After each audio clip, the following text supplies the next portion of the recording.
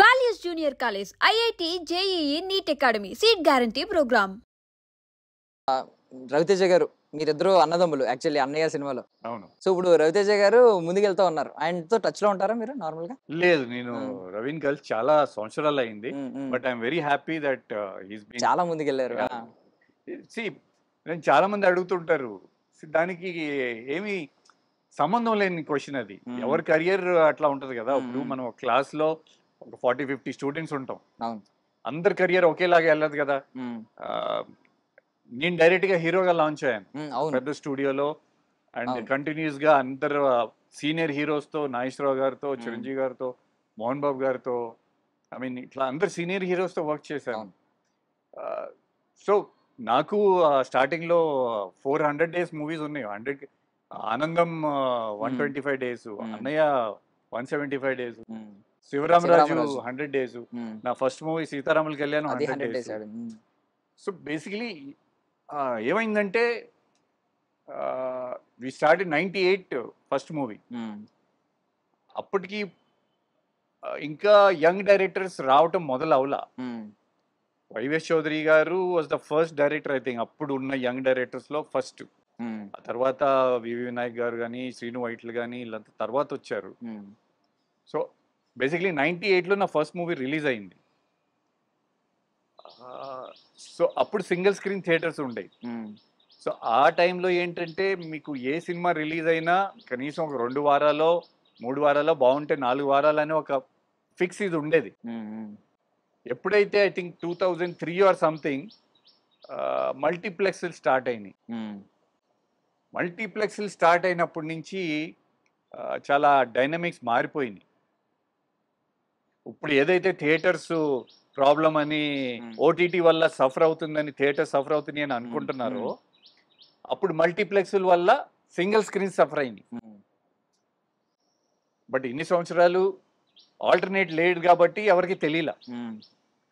ఇప్పుడు ఓటీటీ వచ్చేసరికి థియేటర్కి జనం రావట్లేదు అని కంగారు పడి ఇప్పుడు ఏం చేయాలి అని సొల్యూషన్లు ఎత్తుకుంటున్నారు. సొల్యూషన్ సింపులే. ఆడియన్స్కి మనం ఎంటర్టైన్మెంట్ అనేది అందుబాటులో ఉండాలి. నేనే షాక్ అవుతా, మల్టీప్లెక్స్లో 20 రూపాయలు స్ప్రైట్ 400 రూపాయలు అమ్ముతున్నారు. అంటే దానికి అర్థం పర్థం లేదు. ఆ పాప్కార్న్ 400 రూపాయలు. ఇట్స్ మీకు టికెట్ రేట్ల కంటే ఈ ఎక్కువ ఖర్చు అనిపిస్తున్నాయి. 200 టికెట్ 250 300 కానీ థియేటర్కి రావాలి అంటే వాళ్ళు ఇప్పుడు మల్టీప్లెక్స్ లో అన్ని చోట్ల సిటీ మొత్తం మల్టీప్లెక్స్ లో వచ్చేసినాయి, ఈవెన్ టౌన్స్ లో కూడా వచ్చేసినాయి. సో డెఫినెట్లీ అందరికీ దగ్గరలో అందుబాటులో ఉన్న థియేటర్కి వెళ్ళిపోవాలని ఉంటుంది. అండ్ యంగ్స్టర్స్ అందరికీ definitely they want better experience. So theatres sound system అవన్నీ బాగున్నాయి.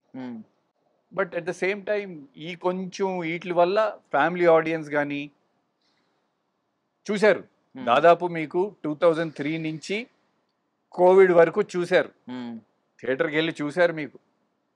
మీరు పెట్టిన రేట్లలో వెళ్ళి టికెట్ కొనుక్కున్నారు, వాళ్ళకి కుదిరితే తిన్నారు, స్ప్రైట్ తాగారు, వాట్ ఎవర్ కూల్ డ్రింక్స్ తాగారు. బట్ ఎప్పుడైతే మీకు ఆల్టర్నేటివ్ వచ్చిందో ఓటీటీ, ఇప్పుడు ప్రాబ్లం ఫేస్ అవుతున్నారు. డెఫినెట్లీ కంఫర్ట్ వచ్చేసింది కదా, ఇంట్లో కూర్చొని చూడొచ్చు, ఫోన్లో చూడొచ్చు. బట్ రియల్ ఎక్స్పీరియన్స్ అనేది థియేటర్ మీద, బిగ్ స్క్రీన్ మీదే. We all love. యాక్చువల్లీ మధ్యలో మనకి థియేటర్స్ కి కొంచెం గ్యాప్ వచ్చింది కోవిడ్ వల్ల, వెళ్ళలేని పరిస్థితి. సో ఆ టైంలో ఇది కరెక్ట్ గా ఆ స్లాట్ ని ఫిల్ చేసింది ఓటీటీ వచ్చి మధ్యలో వచ్చింది. వచ్చినప్పుడు చాలా మంది ఏమనుకున్నారంటే పాజిటివ్ గా ఆలోచించారు. సరే మనం థియేటర్కి వెళ్ళిపోతున్నాం, సినిమాని అయితే మిస్ అవ్వట్లేదు, ఓటీటీ అనేది తీసుకొచ్చి కొన్ని రిలీజ్లు ఆగిపోయిన సినిమాలను కూడా తీసుకొస్తుంది అని చెప్పి పాజిటివ్ గా అనుకున్నారు. బట్ ఇప్పుడు ఏంటంటే అది మెల్లమెల్లగా ఎలా టర్న్ అవుట్ అవుతుందంటే ఓటీటీ మొత్తం ఏంటంటే 1 month లో ఎలాగో ఓటీటీకి వచ్చేస్తుంది అనే దాని వల్ల ఏంటంటే ఖచ్చితంగా పెద్ద సినిమా అయితేనే వెళ్దాం థియేటర్కి. ఐ డోంట్ బ్లేమ్ ఓటీటీ అండి. దానికి మన ఇండస్ట్రీలో ఉన్న ప్రొడ్యూసర్స్, డైరెక్టర్స్, డిస్ట్రిబ్యూటర్స్, ఎగ్జిబిటర్స్ మనమందరమే కారణం దానికి. ఇప్పుడు మీకు సంవత్సరానికి పెద్ద సినిమాలు వస్తే ఎన్ని వస్తాయి? ఒక 15-20 సినిమాలు వస్తాయి. మిగతా టైం అంతా థియేటర్లన్నీ ఫీడింగ్ చేసే చిన్న సినిమాలే కదా. అంటే నా దృష్టిలో ఏది చిన్న సినిమా పెద్ద సినిమా ఉండదు. ఆడియన్స్ సక్సెస్ చేసిన సినిమానే పెద్ద సినిమా. సో బట్ బేసికలీ ఒక ఈ రొటీన్ ఇది ఒక అంట మొదలు పెట్టారు కదా పెద్ద సినిమా చిన్న సినిమా అని. సో బేసికలీ థియేటర్కి ఫీడింగ్ ఇచ్చి నడిపేది చిన్న సినిమాలే. అవును. బట్ సమ్వేర్ మనమే వాటిని కిల్ చేసుకున్నాం. సో ఇప్పుడు అందరం కలిసి ఇప్పుడు అదే కదా అందరి ప్రయత్నం. ఓటీటీ వల్ల డెఫినెట్లీ చిన్న సినిమాలకి నిర్మాతలకి ఇదివరకు నిర్మాతలకి ఎప్పుడైతే మల్టీప్లెక్స్లు వచ్చేసినాయో ప్రొడ్యూసర్కి అసలు ఏం మిగలట్లేదు కదా. ఆ విధంగా ఇప్పుడు మనకి హిందీ డబ్బింగ్ రైట్స్ కానీ మన తెలుగు సినిమాలు పాన్ ఇండియా అవటం కానీ థ్యాంక్స్ టు రాజమౌళి గారు and Prabhas. So Dev taken Telugu cinema to next level. So ఆ విధంగా మనకి డబ్బింగ్ రైట్స్ వస్తున్నాయి. అండ్ ప్రాబ్లమ్స్ ఉన్న థియేటర్కి ఇప్పుడు చిన్న సినిమాకి థియేటర్కి రారు అనేది ఇప్పుడు ఓటీటీ. ఇదివరకు ఏంటి అంటే టైం మారిపోయింది. మా సినిమాలు 100 days అట్లా ఆడాయి. తర్వాత ఈ 2 days 3 daysకి వచ్చేసినాయి వీకెండ్కి. సో ఆ వీకెండ్లో ఇమీడియట్లీ 80-90% ఫుల్ కాకపోతే వీళ్ళు తీసేస్తున్నారు సినిమా థియేటర్లో నుంచి. సో బై ద టైం అంటే అందరికీ పబ్లిసిటీ చేయడానికి అంత బడ్జెట్ ఉండదు కదా చిన్న సినిమాలకి. సో థియేటర్లో అసలు సినిమా ఉండట్లేదు by the time audience want to see it. So OTT వల్ల ఏంటి ఇప్పుడు అట్లీస్ట్ చిన్న సినిమాలు చూస్తున్నారు. సో ప్రతిదానికి పాజిటివ్ ఉంది, నెగిటివ్ ఉంది. So somewhere definitely as a ప్రొడ్యూసర్గా అయితే నాకు సినిమా ప్రొడ్యూస్ చేయడం పెద్ద ఇబ్బంది ఏం కాదు, ముందు కూడా చేశాను. బట్ ఈ థియేటర్స్ ఇష్యూ వల్ల చిరాకు పొట్టి పక్క పెట్టేశారు. ఇప్పుడు మళ్ళీ నా ఉద్దేశంలో ట్రేడ్ డెఫినెట్లీ బాగుంది. హిందీ డబ్బింగ్ రైట్స్ ఉన్నాయి మాస్ యాక్షన్ పిక్చర్స్కి, అలాగే ఓటీటీ ఉంది. సో ఒక ధైర్యం. ఇదివరకు మనం సినిమా ప్రొడ్యూస్ చేస్తే ఒక శాటిలైట్ తప్ప మిగతా డబ్బులు వస్తాయో రావో తెలియదు, రావు మోస్ట్లీ. సో యాక్చువల్లీ మీరు దానిలో 2 ప్రాబ్లమ్స్ అనిపిస్తున్నాయి. ఏంటంటే ఒకటి ఓటీటీస్ గురించి ఏంటంటే వితిన్ 1 month ఓటీటీ కొనేసుకుంటుంది, వితిన్ 1 month తర్వాత ఓటీటీలోకి వచ్చేస్తుంది. ఇది కొంచెం ఎక్స్టెండ్ చేస్తే, కొంచెం ప్రొలాంగ్ చేస్తే ఎవడైనా సినిమా చూడాలి అని అనిపించినప్పుడు ఖచ్చితంగా థియేటర్కి వెళ్ళే ఛాన్స్ ఉంది. ఇప్పుడు ఇదంతా బిజినెస్ అండి, కంప్లీట్ ఓటీటీ వాళ్ళ బిజినెస్. ఇప్పుడు నేను ఒక సినిమా తీశాను, నాకు థియేటర్కి జనం వస్తారో రారో తెలియదు, నా సినిమా థియేటర్లో ఉంచుతారో లేదో తెలియదు. నాకు ఓటీటీ వాళ్ళు బెటర్ ఆఫర్ ఇస్తారు. సో యాజ్ ఎ ప్రొడ్యూసర్గా నా రికవరీ కోసం నేను అది చూస్ చేసుకుంటాను కదా. సో చిన్న సినిమాలన్నీ అట్లా చూస్ చేసుకుంటున్నారు.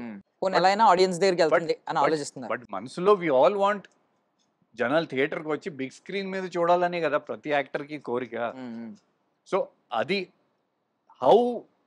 అది ఎట్లా ఇప్పుడు వర్కౌట్ చేసి చిన్న సినిమాలు కూడా థియేటర్లో ఎట్లా సస్టైన్ చేయగలం అనే దాని మీద ఏదో పాలసీస్ వస్తే బాగుంటది. ఇప్పుడు కర్ణాటకలో మొన్న రూల్ పెట్టారు, ticket can't be more than 200 multiplex కానీ సింగిల్ స్క్రీన్స్ కానీ. సో అట్లాంటి రూల్స్ మన 2 రాష్ట్రాల్లో కూడా పెడితే బాగుంటది. Why can't we do it? సరే కొన్ని పెద్ద మూవీస్ హై బడ్జెట్ ఉంటే వాటికి చేసుకోండి, బట్ ఈ మధ్యన నార్మల్ కమర్షియల్ సినిమాలు కూడా పెంచేస్తున్నారు. But actually ticket rate is not that అంత ప్రాబ్లం ఏం కాదు. Popcorn, cool drinks comparing to other Bombay లాంటి స్టేట్స్ కి మన theatres rates are very good. But ఇదే మల్టీప్లెక్స్ లో ఉన్న popcorn and cool drinks rates కొంచెం రెగ్యులేషన్ చేసుకొని చిన్న సినిమా ప్రొడ్యూసర్లకి థియేటర్ నుంచి ఏదన్నా ఆదాయం వచ్చేటట్టు ఏదన్నా ప్లాన్ చేస్తే, అది మీరు రెంట్లో వేసుకోండి, షేర్లు వేసుకోండి, ఏదైనా వేసుకోండి, కొంచెం అన్నా ఏదన్నా రిటర్న్ వస్తే ధైర్యంగా ఓటీటీని లేట్ చేసి థియేటర్లోనే వేసుకుంటాం సినిమా. కరెక్ట్.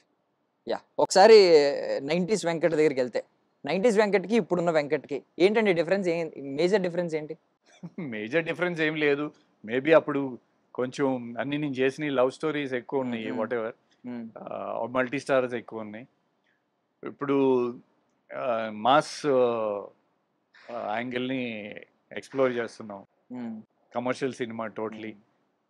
అలాగే నెగిటివ్ రోల్ చేస్తున్నా, విలన్గా రోల్ చేస్తున్నా. So let's see. యాక్చువల్లీ ఇప్పుడు రోజులు చూస్తున్నారు కదా మీరు, యాంటాగనిస్ట్ ఉన్న డిమాండ్ ఒక రేంజ్ లో ఉంది, కానీ ప్రోటాగనిస్ట్ ని డామినేట్ చేసే విధంగా ఉంది. అవునవును. ఇప్పుడు కమల్ హాసన్ గారు, విజయ్ సేతుపతి ఇయర్స్ బ్యాక్ ఈ ట్రెండ్ లేదు, బట్ ఇప్పుడు మొత్తం అందరూ రెడీ టు ఎక్స్పెరిమెంట్ అన్నట్టు everybody is open. So even antagonist ఎంత పవర్ఫుల్ గా ఉంటే అంతలా సినిమాకి బజ్ వస్తుంది. ప్రాబ్లం అగైన్ అదే వచ్చింది. మన hero based movies very rarely do you have ఒక పవర్ఫుల్ విలన్ పోటాపోటీలో ఉండే రోల్స్ వెరీ రేర్గా వస్తాయి. సో అట్లాంటి అండ్ అట్లాంటివి వచ్చేటప్పటికి ఏంటంటే ఈ మధ్యన ఈ పాన్ ఇండియా ఇది దృష్టిలో పెట్టుకొని బాంబే నుంచి తెచ్చేసుకుంటున్నారు ఎవరో ఒకరిని. Maybe I don't know.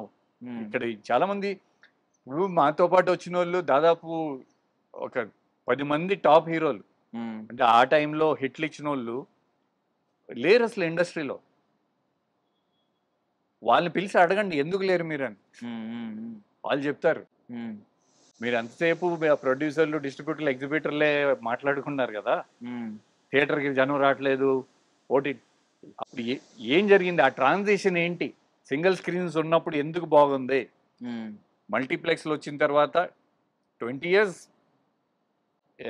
ఎవరైతే సక్సెస్లో ఉన్నారో వాళ్ళందరూ ఇక్కడి నుంచి ఇక్కడికి వెళ్ళిపోయినాయి. రెమ్యునరేషన్లు కూడా ఇక్కడి నుంచి ఇక్కడికి వెళ్ళిపోయినాయి. అంత బాగుంది వాళ్ళకి, ఓకే. కానీ చాలా మంది హీరోలు లేరు ఇండస్ట్రీలో. ఎందుకు లేరు? కరెక్ట్. ట్రేడ్లో ఏం ప్రాబ్లం అయింది? ఎవరు చెక్ చేయాల? 20 years నుంచి ఎవరు చెక్ చేయాల? ఓటీటీ వచ్చి ఇప్పుడు పీకల మీదకి వచ్చేసరికి కంగారు పడుతుంది. కరెక్ట్. సో ఇప్పుడు మీ గురించి అడుగుతున్నాను బేసికల్లీ. ఇప్పుడు మీరు మీ కెరియర్ ని మొత్తం రీఅనలైజ్ చేసుకుని ఉంటారు, చేసుకుంటూ ఉంటారు. రీఅనలైజ్ ఏం లేదు, చెప్తున్నాను కదా. ఇదివరకు మాకు సినిమా ప్రొడ్యూస్ చేస్తే శాటిలైట్ తప్ప వేరే రెవెన్యూ థియేటర్ల నుంచి వచ్చిద్దో రాదో గ్యారంటీ లేదు. ఎందుకంటే ఆ సినిమా చిన్న సినిమాకి అంత పబ్లిసిటీ పెట్టలేము, అంత బడ్జెట్ పెట్టలేము. సో బై ద టైం నన్ను ఇష్టపడే ఆడియన్స్కి తెలిసి వాడి థియేటర్కి వచ్చే వరకు సినిమా ఉండదు స్క్రీన్లో. అంటే ఇప్పుడు మీరు స్టార్ట్ అయినప్పుడు ఒక మంచి సూపర్ హిట్ తో స్టార్ట్ అయింది కెరియర్. అవును. స్టార్టింగ్ ఒక లీడ్ యాక్టర్, ఒక హీరో. దట్టు ఏంటంటే నేను విన్నది నాగార్జున గారిని అందరూ గ్రీక్ వీరుడు అంటారు, ఆయన కళ్ళల్లో పడ్డారంట కదా మీరు ఒక హ్యాండ్సమ్ లాగా అప్పుడు ఆ మోడల్. ఆ క్రెడిట్ మొత్తం వైవిఎస్ చౌదరి గారికి, డైరెక్టర్ గారికి, అండ్ అఫ్ కోర్స్ మా ఇద్దరికి బ్రేక్ ఇచ్చిన నాగార్జున గారికి. డెఫినెట్లీ అంటే ఇది జనాలు చెప్పే మాట. అప్పుడు ఒక ట్రెండ్ సెట్టింగ్ మూవీ లాగా కొత్త వాళ్ళలో ఐ థింక్ ఐ వాజ్ ఒక అవుట్ సైడర్గా, ఇండస్ట్రీకి సంబంధం లేకోకుండా బయట నుంచి వచ్చినోడు. ఐ థింక్ ఆ టైంలో యంగ్స్టర్స్ మధ్యన నేనే అంటే బేసిక్లీ 98 to 2002 or 3 అప్పటి వరకు సింగిల్ స్క్రీన్స్ ఉన్నంత వరకు బాగానే, ఒక సినిమా లేకపోయినా ఇంకో సినిమా అట్లా ఉన్నాయి. మల్టీప్లెక్స్లు వచ్చిన తర్వాత గేమ్ మొత్తం మారిపోయింది.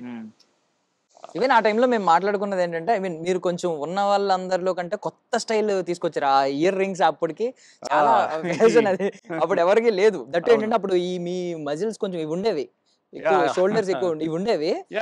ఈ కట్ చేస్తుంటే మంచి భలే ఉండేది. ఆ టీ షర్ట్స్ వేసేవారు ఇలాగా ఆనందంలో, ఆ సాంగ్ లో. కానీ మీరు చూడడానికి లవర్ బాయ్, బట్ ఏంటంటే మజిల్స్ ఉండేవి మంచి. మేము అప్పుడే అనుకున్నాం ఏంటి కొంచెం అంటే పవర్ఫుల్ గా ఉండేవారు కదా, ఒక ఫైట్ కూడా ఉండేది కాదేంటి అని. అండ్ సీతారామ కళ్యాణ్లో ఉంది, బట్ అది లవ్ స్టోరీ అవటం వల్ల ఆ ఫైట్స్ ఎక్కువ హైలైట్ అవ్వాల. సో ఆ లోట్ అంతా ఇప్పుడు తీరుస్తా. ఇప్పుడు హరుడ్లో 4 ఫైట్లు ఉన్నాయి, కొంచెం బ్యాక్ ఇంజరీ అవటం వల్ల కొన్ని రెస్ట్రిక్షన్స్ ఉన్నాయి, బట్ స్టిల్ ఇప్పుడేం ప్రాబ్లం లేదు.